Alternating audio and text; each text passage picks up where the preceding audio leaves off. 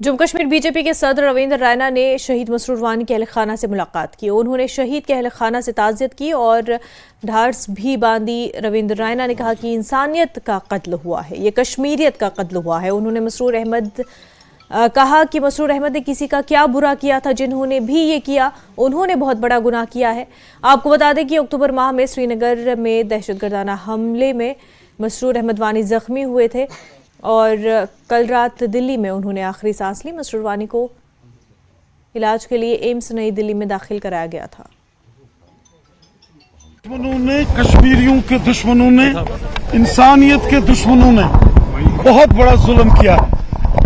मसरूर वानी साहब जो कि खिदमत खलक के जज्बे से काम करने वाले, हुब्बुल वतनी के जज्बे से काम करने वाले एक बेशकीमती नौजवान थे, जिस बेरहमी के साथ उनका कत्ल किया गया, उनको निशाना बनाया गया। ये केवल मसरूर वानी साहब का कत्ल नहीं, ये कश्मीरियत का कत्ल है, ये इंसानियत का कत्ल है। जिन्होंने भी ये जुल्म, ये तशद्दुद, ये गुनाह किया है, उन्होंने बहुत बड़ा पाप किया है। तो कितना जरूरी है कुछ बहुत बड़ा पाप हुआ है इकदाम लेने के लिए, जिससे इस तरह के वाक़ात को आगे दोबारा न देखना पड़े। कुछ लोग हैं जो नहीं चाहते हैं कि कश्मीर में खुशहाली हो। कुछ लोग हैं जो चाहते हैं कि कश्मीर में खून खराबा होता रहे। कुछ लोग हैं जो चाहते हैं कि यहाँ जो अमन के दुश्मन हैं, ये अमन के दुश्मन, ये कश्मीर के दुश्मन, ये इंसानियत के दुश्मन हैं, जिन्होंने ये खून खराबा किया है। ये ठीक नहीं है और ये बंद होना चाहिए। नेशनल कॉन्फ्रेंस के नायब सदर उमर अब्दुल्ला ने कुलगाम में पार्टी कारकुनों के साथ मीटिंग की, सदारत की और मीटिंग में कई सीनियर लीडरान भी मौजूद रहे। मीटिंग के बाद उमर अब्दुल्ला ने मीडिया से खिताब करते हुए कहा कि हम सियासी दुश्मनी के आदी हैं, लेकिन जब हम देखते हैं अगर अंदर के लोग बिल्कुल मुखालिफ हैं तो उससे हमें एक सबक मिलता है। उन्होंने कहा कि हमने कई हुकूमतें देखी, यहाँ तक कि गवर्नर राज भी, लेकिन नेशनल कॉन्फ्रेंस वाहिद एक ऐसी पार्टी है जो अमन और तरक्की की बात करती है। 370 की मनसूखी से जम्मू कश्मीर में कोई तब्दीली नजर नहीं आई। उन्होंने कहा कि बेरोजगारी बहुत ज्यादा हो गई है, मिलिटेंसी अभी भी मौजूद है और लोग अवामी नुमाइंदगी के बगैर बुरी तरह मुतासर हो रहे हैं।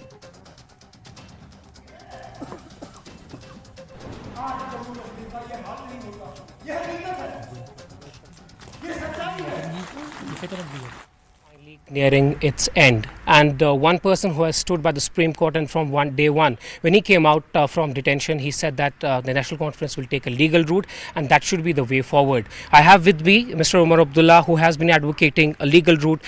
Umar, your party has had a long history regarding 370, your grandfather, and then he becoming the president, and now a lot of things were on your shoulders. With the first party to go to the Supreme Court. How do you see this coming to an end today? Well, we'll wait and see. I don't think there is anybody who can say with any degree of certainty what the judgment will say. The only people who know are the 5 honorable judges whose verdict we await on Monday. We'll wait and see. We are hopeful. It is with a lot of hope that we knocked on the doors of the Supreme Court, as any petitioner does. From the first day we have said that this is a peaceful sort of fight. We will use political, legal and constitutional means, and that's what we've done. That will continue. We've also seen that a lot of hopes are from the Supreme Court in regard to people of Jammu and Kashmir, because we didn't see people coming out on streets and protesting against it.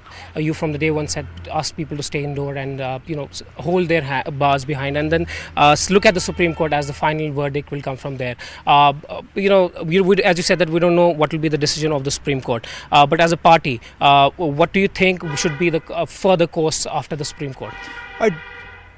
How can you ask me to lay out a further course when we don't know what the Supreme Court is going to say?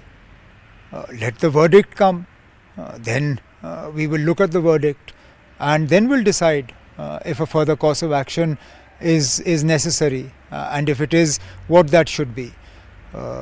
As I said earlier, there is nobody who can with any degree of certainty tell you right now what the verdict is going to be.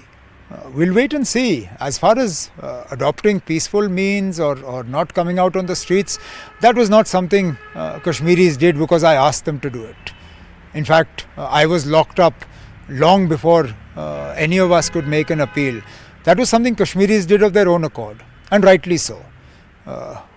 Whether it is with regard to 370 or whether it is with regard to the genuine anger that we feel with regard to what is happening in Gaza, the people of Kashmir have very rightly allowed their heads to rule their hearts. They have not given the government and its forces an excuse to come down on them with a heavy hand. They have not given an excuse for the government to clamp down on them. And I'm sure, regardless of what the verdict will be, you will see that the people of Jammu and Kashmir will show the same degree of sense and resilience. Last question is that BJP has been counting development. When we saw the arguments in the court, even the development was counting there. But you have been rightly saying that there have been incidents in the past, or right now Rajouri-Poonch belt has gotten activated once again. Do you see that that's a right argument to put forward before the court? Look, development was never a victim of 370. Jammu and Kashmir has been a victim of its geography. Jammu and Kashmir has been a victim of the circumstances that prevailed after the onset of militancy in the late 80s. Now, militancy was also not a product of 370, because 370 has been in existence ever since Jammu and Kashmir became a part of the Union. Militancy came about in the late 80s, and the BJP itself has always blamed Pakistan for militancy. So to blame 370 for the situation in Jammu and Kashmir is wrong. Now, as far as development is concerned, since development was never a victim of 370, clearly the promise of greater development as a result of 5th August has also been proven to be false, whether in Jammu and Kashmir or in Ladakh. The fact is that people are deeply unhappy by what they have seen after 5th August, and the evidence of that is the inability of the government of India to conduct any meaningful elections in Jammu and Kashmir. Do you suspect that there could be some restrictions on your movement on Monday because your program in Bijbehara was cancelled by the district magistrate? We were supposed to go to North Kashmir on Monday. That program has been cancelled. Today's program was also almost cancelled late last night. What this government will do, I don't know. Needless to say, whatever they do, it won't be for the first time. So, as they say, been there, done that, bought the t-shirt. Thank you so much. So, as you heard Umar Abdullah saying that hopes are high from the Supreme Court, and there's something where they have been pinning their hopes from. With Bashir Lone, Ishan Bani, CNN News 18. विकास भारत संकल्प यात्रा के तहत मरकजी स्कीमों के तमाम अहल इस्तिफादा कुनंदगान को फायदा पहुंचाया जा सके और आम लोगों को स्कीमों के जरिए मुल्क में होने वाली तरक्की से वाकिफ करवाया जा सके। ये यात्रा शहरी और देही इलाकों से गुजरेगी और मरकजी स्कीमों से महरूम मुस्तहिकीन को फायदा पहुंचाएगी। आज विकसित भारत संकल्प यात्रा के तहत वर्चुअली पीएम मोदी लोगों से जुड़े और लोगों को स्कीम से पहुंचने वाले फायदे से मुतल्लिक हाल जाना। पीएम ने जम्मू कश्मीर के शेखपुरा से ताल्लुक रखने वाली खातून से बातचीत की। नाजिया जी नमस्ते। नमस्ते, आदाब सर, जय हिंद। आदाब आदाब। नाजिया जी बताइए कैसी हैं आप और क्या काम करती हैं? जी सर, मैं शेखपुरा में रहती हूँ। मेरा नाम नाजिया नजीर है और मेरा हस्बैंड ऑटो ड्राइवर है और मैं दूध बेचती हूँ घर वालों को और मेरे पास 2 पशु है और छोटी है और एक दूध देती है, एक छोटी है। मैं खुद कमाती हूँ अपने हाथ से पैसे। अच्छा, आपके परिवार में कौन कौन लोग हैं जो जिसमें आपको मदद करते हैं? मेरा हस्बैंड है और मेरे 2 बच्चे जो गवर्नमेंट स्कूल में पढ़ते हैं और मेरी मदर इन लॉ है और मेरा ससुर पिछले साल डेथ हुआ है और मैं हूँ। अच्छा नाजिया जी, पहले की तुलना में अब आपके गांव में क्या बदलाव आया है? आपको क्या लगता है, क्या परिवर्तन आया है? हमें शेखपुरा में पानी की बहुत किल्लत थी। हमें पहले मटके में पानी लाना था, कुएं से पानी लाना था। GGM की वजह से हमें गवर्नमेंट ने पाइपलाइन बिछाए, उसकी वजह से हमें पाइपें मिले हैं। और सर हम मोदी जी के शुक्रगुजार है, उसकी वजह से हमें बहुत बहुत शुक्रगुजार है, उसकी वजह से हमें घर पर ही साफ सुथरा पानी मिल रहा है। और हमने बहुत स्कीमों का लागू उठाया है। उज्ज्वल गैस, पहले हमें रसोई में गैस नहीं था, फिर हमें गैस मिला और उसके साथ चूल्हे मिले और ओल्ड पेंशन मिल रहा है और बच्चों को खाना मिल रहा है। और 5 साल आपने और खाना ऐसे ही दिया। हमें आपका शुक्रगुजार होना चाहिए मोदी साहब। नाजिया जी, जब ये गारंटी वाली गाड़ी आपके गांव पहुंची, हाँ, तो हमारी लोगों को गाँव कैसे लगा? ये छोटे छोटे बच्चे भी बहुत बड़ी मात्रा में हैं, उनको क्या लगा? वो क्या पूछते हैं आप लोगों को? हमें कश्मीरी कल्चर है, इज़्ज़त जलाते हैं हम पहले। जब हमें शुभ काम होता है हम पहले इज़्ज़त की सौगात करते हैं। सर नाजिया जी, आपसे बात करके बहुत अच्छा लगा और इतनी बड़ी तादाद में मैं सब बहनें देख रहा हूं तो मुझे खुशी हो रही है कि इनके मन में भी कुछ न कुछ विकास की दिशा में अपने पैरों पर खड़े होकर के सरकार की योजनाओं का लाभ लेकर के बच्चों का भविष्य उज्जवल करने का जज्बा मैं देख रहा हूं। आप लोगों का उत्साह भी मेरे लिए एक बहुत बड़ा शक्ति का स्रोत होता है। और मुझे बताया गया है कि कश्मीर में ये जो संकल्प यात्रा के कार्यक्रम होते हैं, कहते हैं बहुत बड़े होते हैं, सैकड़ों की तादाद में लोग आते हैं और गांव के बाहर तक स्वागत करने के लिए चले जाते हैं। आने के बाद बहुत बड़ा जुलूस निकालते हैं, स्वागत करते हैं। तो ये जो कश्मीर के लोगों का उत्साह है, जम्मू कश्मीर में जो एक वातावरण बना है, तो मैं मानता हूं इससे पूरे देश को सकारात्मक संकेत जाता है और आपकी जो नई पीढ़ी है उनका भविष्य उज्जवल होने की गारंटी बन जाता है। और मोदी की गाड़ी की गारंटी यही है कि मुझे नई पीढ़ी को एकदम आश्वस्त करना है। और आज जम्मू कश्मीर, लद्दाख से लेकर पूरे देश में लोग विकसित भारत के संकल्प के साथ जुड़ रहे हैं। मेरा विश्वास है कि हम सब मिलकर तय करेंगे कि भाई हमें हमारे देश को आगे ले जाना है और जब देश आगे जाएगा तो हम सबको लाभ मिलने वाला है। तो मैं समझता हूं कि इस सिद्धि में जो भागीदारी मैं देख रहा हूं आप सबकी, मैं आप सबको बहुत बहुत बधाई देता हूं। PDP सदर महबूबा मुफ्ती ने शहीद मसरूर वानी के अहल खाना से मुलाकात की। उन्होंने शहीद के अहल खाना से हमदर्दी का इजहार करते हुए इस वाक़े को अफसोसनाक करार दिया। महबूबा ने शहीद मसरूर के लिए दुआए मग़फ़िरत की और अहल खाना के साथ ढार्स भी बांधी।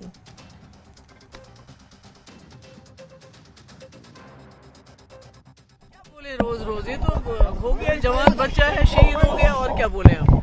इसके घर वालों के लिए मुसीबत है हमेशा के लिए। इसकी बीवी है इतनी छोटी, अभी बच्चा पैदा होने वाला है, तो क्या बोले। ये रोज ऐसा ही हो रहा है। यहाँ पर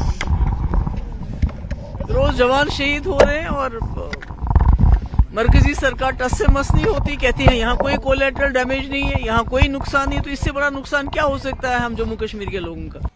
खबरों का सिलसिला आगे भी जारी रहेगा, लेकिन उससे पहले एक छोटा सा ब्रेक। से तंग बेटे ने बाप की ली जान। देहरादून में 8 और 9 दिसंबर की ग्लोबल इन्वेस्टर समिट की तैयारियां तेज। मुख्यमंत्री धामी ने कार्यक्रम स्थल का लिया जायजा, कहा राज्य के लिए समिट बेहद ही महत्वपूर्ण। हरिद्वार में अवैध प्लास्टिक गोदाम पर बड़ा एक्शन, 5 गोदाम किए गए सील। बड़े हादसे को दावत दे रहा था अवैध रूप से रखा गया प्लास्टिक स्क्रैप। आगरा में दर्दनाक हादसा, नाले में गिरने से 2 बच्चियों की मौत। बारात देखने जा रही थी बच्चियां। मिशन 2024 को लेकर बीजेपी की बड़ी तैयारी। यूपी में बीजेपी चलाएगी विशेष सदस्यता अभियान और नमो ऐप के जरिए 2 करोड़ नए सदस्यों को जोड़ने की भी तैयारी। उन्नाव में प्रेमी ने फांसी लगाकर की आत्महत्या, लड़की ने शादी से किया था इनकार, परिजन ने लगाया हत्या का आरोप। बदायूं में 10-10 हजार के 3 इनामी गिरफ्तार, गैंगस्टर एक्ट में फरार थे तीनों। जौनपुर में 62 साल के बुजुर्ग पर 11 साल की लड़की से दुष्कर्म का आरोप, पुलिस ने आरोपी को किया गिरफ्तार। चित्रकूट में एसपी के नाम पर ठगी करने वाले 2 शातिर अरेस्ट, एक गाड़ी भी बरामद। झांसी में व्यापारियों ने 2 चोरों को पीटा, पिटाई के बाद चोरों को हाथ पैर बांधकर घुमाए। ब्रेक के बाद आपका खैर मकदम है। विकसित भारत संकल्प यात्रा, जो कि हुकूमत की कामयाबियों और फलाही स्कीमों को फरोग देने के लिए मुल्कीर मुहिम है, ये यात्रा आज उधमपुर जिले के टिकरी पहुंची।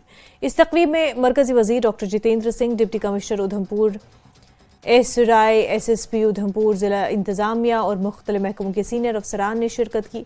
वज़ीर-ए-आज़म नरेंद्र मोदी ने आज वीडियो कॉन्फ्रेंसिंग के जरिए विकसित भारत संकल्प यात्रा के इस्तिफादा कुनंदगान से बातचीत की, जिसका बराह रास्त टेलीकास्ट किया गया और जिला उधमपुर के टिकरी इलाके में इज्तिमाई तौर पर देखा और सुना गया। एक पुख्ता हमारा संकल्प विकसित भारत अहद का इंतजाम किया गया, जिसने शुरका को अपनी बिरादरियों की मजमूई तरक्की में हिस्सा डालने की इज्तिमाई अज़्म में मुत्तहिद किया। और इस मौके पर खिताब करते हुए मरकजी वज़ीर डॉक्टर जितेंद्र सिंह ने कहा कि हुकूमत समाज के तमाम तबकात की तरक्की के लिए पुरअज़्म है। उन्होंने मजीद कहा कि विकसित भारत संकल्प यात्रा वज़ीर-ए-आज़म नरेंद्र मोदी का विजन है। उन्होंने प्रधानमंत्री आवास योजना, प्रधानमंत्री जन धन योजना और प्रधानमंत्री किसान सम्मान निधि योजना समेत लोगों की फलाह और बहबूद के लिए हुकूमत की तरफ से शुरू की गई मुख्तलिफ स्कीमों और इक़दाम पर रोशनी डाली। पंचायत में पहुंची है और अभी हमने मोदी जी का संबोधन भी सुनने को मिला। मैं तो ये कहूँगा कि अद्भुत कल्पना, और ये कल्पना केवल मोदी जी की ही सोच और उनके विजन का नतीजा हो सकती थी। आमतौर पर आपने देखा है, हमने देखा, ज़रूरतमंद सरकारी दफ्तरों के चक्कर लगाते हैं, एक दिन, दूसरे दिन, तीसरे दिन थक जाते हैं, फिर छोड़ भी देते हैं। यहाँ हर व्यक्ति की, हर नागरिक की ज़रूरत पूरी करने के लिए मोदी जी घर घर पहुँच रहे हैं, अपने प्रतिनिधियों को पहुँचा रहे हैं, अपनी व्यवस्था को पहुँचा रहे हैं। यानी मैं तो कहूँगा मोदी सरकार आपके द्वार, और मोदी सरकार की तमाम जनहित की योजनाएं घर घर पहुँच करके ये दरियाफ्त कर रही है, ये जानकारी प्राप्त कर रही है कि क्या आपको लाभ मिला कि नहीं मिला। आपको प्रधानमंत्री आवास योजना के तहत मकान मिलना था, पक्का मिला कि नहीं मिला। मुझे नहीं लगता दुनिया में किसी भी देश में, किसी भी व्यवस्था में इस प्रकार की रचना होगी जिस प्रकार से मोदी जी ने दी है। और ये अब हमारा दायित्व है, चाहे हम जनप्रतिनिधि हैं, चाहे हम सरकार के प्रतिनिधि हैं, चाहे हम आम नागरिक हैं, कि हम इसका भरपूर लाभ ले। सारी व्यवस्था मोदी जी ने करके दी है, घर घर ये स्कीम्स पहुंचाई है। हमने केवल उनको सुचारू रूप से हर नागरिक तक पहुंचे वो सुनिश्चित कर। टाउन हॉल शोपियां में बीजेपी बूथ सम्मेलन का इनेकाद किया गया। सम्मेलन में सेक्टर इंचार्ज ने शिरकत की और इस मौके पर जिला सदर शोपियां मोहम्मद यूसुफ भट्ट, जिला प्रभारी शाहनवाज अली रायना और दीगर कायदीन मौजूद रहे। जारी पेशरफ्त और इंतखाबात के हवाले से भी कई नुकात पर रोशनी डाली गई और इस मौके पर जिला सदर मोहम्मद यूसुफ ने कहा कि यहाँ शोपियां में बहुत से लोग पार्टी में शामिल हो रहे हैं। आज का प्रोग्राम बूथ सम्मेलन के बारे में था, जिसमें सेक्टर इंचार्ज से मुख्तलिफ बातों पर तबादला ख्याल किया गया और उन्हें आइंदा इंतखाबात समेत दीगर मामलात के लिए तैयार रहने की हिदायत दी गई। ये जो सेक्टर इंचार्जों की पिछले 15 तारीख को हमने मीटिंग ली है सेक्टर इंचार्जों से, यही है जो सेक्टर इंचार्ज हम बूथों पे बनाए हैं, इनका ही यही एग्जाम है कि आपने क्या किया अपने सेक्टरों में, कौन सी काम, कौन सी डेवलपमेंट किया आप बूथों पे। यही है सेक्टर इंचार्ज का मीटिंग, ये हर पूरे इंडिया में चल रहा, तो वही हम कर रहे हैं। इसीलिए हमने आज दोबारा बुलाया मीटिंग सेक्टर इंचार्जों के लिए, तो इनसे हमें बात की कहाँ कहाँ होगी कंप्लीट, किसी जगह कोई इनकम्प्लीट है वो कंप्लीट करना है, आज इन्होंने कंप्लीट करके लाया। यही है मेन मीटिंग भाजपा की। इसमें कौन सी शक है, अपनी पार्टी तो अपनी ही है, वो है ही हमारे साथी, वो कहाँ जाएगी, इसमें कोई शक नहीं है कि बेसिकली वो हमारे साथी चल रहे हैं। उसके वजीर आज़म एक ही है हिंदुस्तान में, तो ये तो आपको पता ही नरेंद्र मोदी साहब है, उनके वजह से वो सारे हमारे पीछे आ रहे हैं। तो इसलिए हम अपील करते हैं लोगों के, अब सीधा बीजेपी। कश्मीरी पंडित सभा जम्मू के सदर के खोसा ने मीडिया को ब्रीफिंग देते हुए कहा कि नरेंद्र मोदी के इक़्तिदार में आने के बाद से कश्मीरी पंडित बिरादरी की जल्द वापसी और इज्जत व वक़ार के साथ बहाली की उम्मीदें बहुत ज्यादा बढ़ गई हैं। उन्होंने कहा कि ऐसी सूरत हाल में जहां पंडितों की गैर मनक़ूला जायदादें और या तो बदहाली की शिकार या फिर लैंड माफिया के जबरदस्ती कब्जे की वजह से तब्दील हो चुकी हैं, उन्होंने कहा कि एक काबिल रिहाइश बस्ती फराहम करने की कोशिश एक काबिल सताइश काम है। साथ उन्होंने कहा कि इस काम को जल्द किया जाना चाहिए। उन्होंने कहा कि सरकार को कश्मीरी पंडितों की वापसी और बाज़ाबात कारी की सहूलत फराहम करने की जरूरत है। उन्होंने खिताब करते हुए जम्मू कश्मीर की असेंबली में 2 निशस्तों की नामजदगी पर मरकजी हुकूमत हिंद का शुक्रिया अदा किया। And rehabilitation back in the land of our ancestors, उसके बारे में जो पॉलिसी अभी तक नहीं बनी है, तो हम गवर्नमेंट ऑफ इंडिया और यूटी गवर्नमेंट से दोनों से गुहार लगाते हैं कि जल्द से जल्द उस पॉलिसी को बनाया जाए और हमारी रिटर्न जो है उसको इंश्योर किया जाए, क्योंकि जितना ज़्यादा डिले होगा उतना हमारे कल्चर को ज़क पहुंचती है, उतना हमारा कल्चर जो है वो पिछड़ जाता है। तो हम ये नहीं चाहते कि इतनी माइनस्क्यूल माइनॉरिटी का जो एक डिस्टिंक्ट कल्चर है उसका खात्मा हो जाए। हम ये गवर्नमेंट ऑफ इंडिया के शुक्रगुजार हैं कि उन्होंने ये जो 2 सीटें हमारे लिए नॉमिनेट की हैं, नॉमिनेशन के ज़रिए फिल करने का फ़ैसला किया है असेंबली में, जिसको कि माननीय एलजी साहब ने नॉमिनेट करना है। तो हम उसके लिए शुक्रगुजार हैं, क्योंकि हम लोग एम्पावर्ड फील करेंगे। पिछले 23 साल से असेंबली में कोई भी नॉमिनी हमारा नहीं है। जनूबी कश्मीर के कस्बे पांपोर के खनबल इलाके में पर्क्यूपाइन नामी जंगली जानवर ज़ाफ़रान के बीज को शदीद नुकसान पहुंचा रहा है, जिसकी वजह से किसानों में मायूसी छाई गई है और किसानों का कहना है कि 50,000 रुपये में 1 क्विंटल बीज खरीद कर लाते हैं, लेकिन जंगली जानवर घंटों में उसका सफाया कर देते हैं। उन्होंने कहा अगर ऐसा ही रहा तो ज़ाफ़रान का वजूद ख़त्म हो जाएगा। HK memorial degree college Patushay Bandipora में इंटरनेशनल एंटी करप्शन डे के हवाले से एक प्रोग्राम मुनक्किद किया गया। एंटी करप्शन ब्यूरो की जानिब से मुनक्किदा इस प्रोग्राम में कॉलेज के प्रिंसिपल डॉक्टर मसूद अहमद मलिक, तदरीसी अमला और तलबा तालिबात ने शिरकत की। तकरीब के दौरान ACB के अफसरान और दूसरे मुकर्रीन ने इस बात पर जोर दिया कि करप्शन को जड़ से ख़त्म करने के लिए सबको मिलजुल कर कोशिश करनी होगी। प्रोग्राम के दौरान अक्सर मुकर्रीन का कहना था कि हालिया कुछ अरसे में मुख्तलिफ स्कीमें सरकारी एजेंसियों की जानिब से करप्शन के खात्मे के हवाले से काफ़ी मुस्बत कार्रवाइयाँ की गई हैं। ये जो हम करप्शन की बात करेंगे तो करप्शन किसी न किसी हद तक हर दौर में रहा है, किसी न किसी हद तक किसी डिग्रीज का फर्क रहा है, but historically when we look at this concept of corruption और दिस प्रैक्टिस ऑफ करप्शन, हर दौर में ये थोड़ी थोड़ी रही है। और ये सिर्फ इंडिया स्पेसिफिक, कश्मीर स्पेसिफिक नहीं है, ये एक बैन अक़वामी ईवल एक है which is found in all societies and all cultures. लेकिन अभी का जो हम देखेंगे, अभी भी हमारी सोसाइटी में करप्शन है, लेकिन हम देख रहे हैं कि हमारे इर्द गिर्द जितनी सारी चेंज आ रही हैं, जो गवर्नमेंट की डिफरेंट एजेंसीज हैं, वो बड़ी मुस्तैदी से काम कर रही हैं और बहुत हद तक मैं देख पा रहा हूँ, मेरी ही लाइफ स्पैन में हम देख रहे हैं कि बहुत हद तक ये कंट्रोल में आ गए हैं। जो ट्रांसपेरेंसी आई है, सारी चीजें इंटरनेट पे अवेलेबल होती हैं। महकमे समाजी बहबूद ने सेहत और ख़ानदानी बहबूद के महकमे के ताउन से कम्युनिटी हॉल डोडा में सब्सटेंस अब्यूज़ के इस्तेमाल के सर्वे पर गांव की सतह की कमेटियों के लिए एक रोज़ा तरबियती और आगही प्रोग्राम का इनेकाद किया। इस पहल का मरकजी नुक्ता सब्सटेंस अब्यूज़ और नशा मुक्त भारत प्रोग्राम है। तरबियती सेशन का मकसद मुख्तलिफ स्टेक होल्डर्स को आगाह करना की और बाइख्तियार बनाना था, बशमूल पंचायती राज इदारों, असातिज़ा, आंगनवाड़ी वर्कर्स और तस्लीम शुदा समाजी सेहत कारकुनान। देहात की सतह पर कमेटी के अरकान समेत शुरा को सब्सटेंस अब्यूज़ के इस्तेमाल और मुतल्लिका मसनूआत से मुतल्लिक घर घर सर्वे करने के लिए हसास बनाया गया। रॉयल तहसील डोडा है, जिसमें आज की डेट में जो है 9 तहसील आती हैं।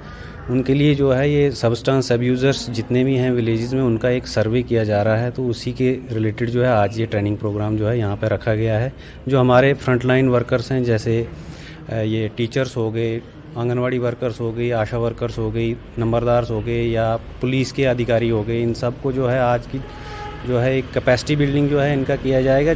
फिर इसके बाद जो है इन्होंने विलेजेस में जाना और वहाँ से जो है एक सर्वे जो है इनको फार्मेट की शेप में जो है एक फार्मेट दिया गया है, जिसके बेस पे जो है ये सर्वे करेंगे और उसके बिना पे जो है हमारे पास जो है एक डाटाबेस जो है बन जाएगा ड्रग अब्यूज़र्स के रिलेटेड या जो भी सब्सटेंस अब्यूज़र्स हैं उनके रिलेटेड। फाइनल राउंड इस ट्रेनिंग का, इससे पहले हमने 4 ट्रेनिंग कराई हैं।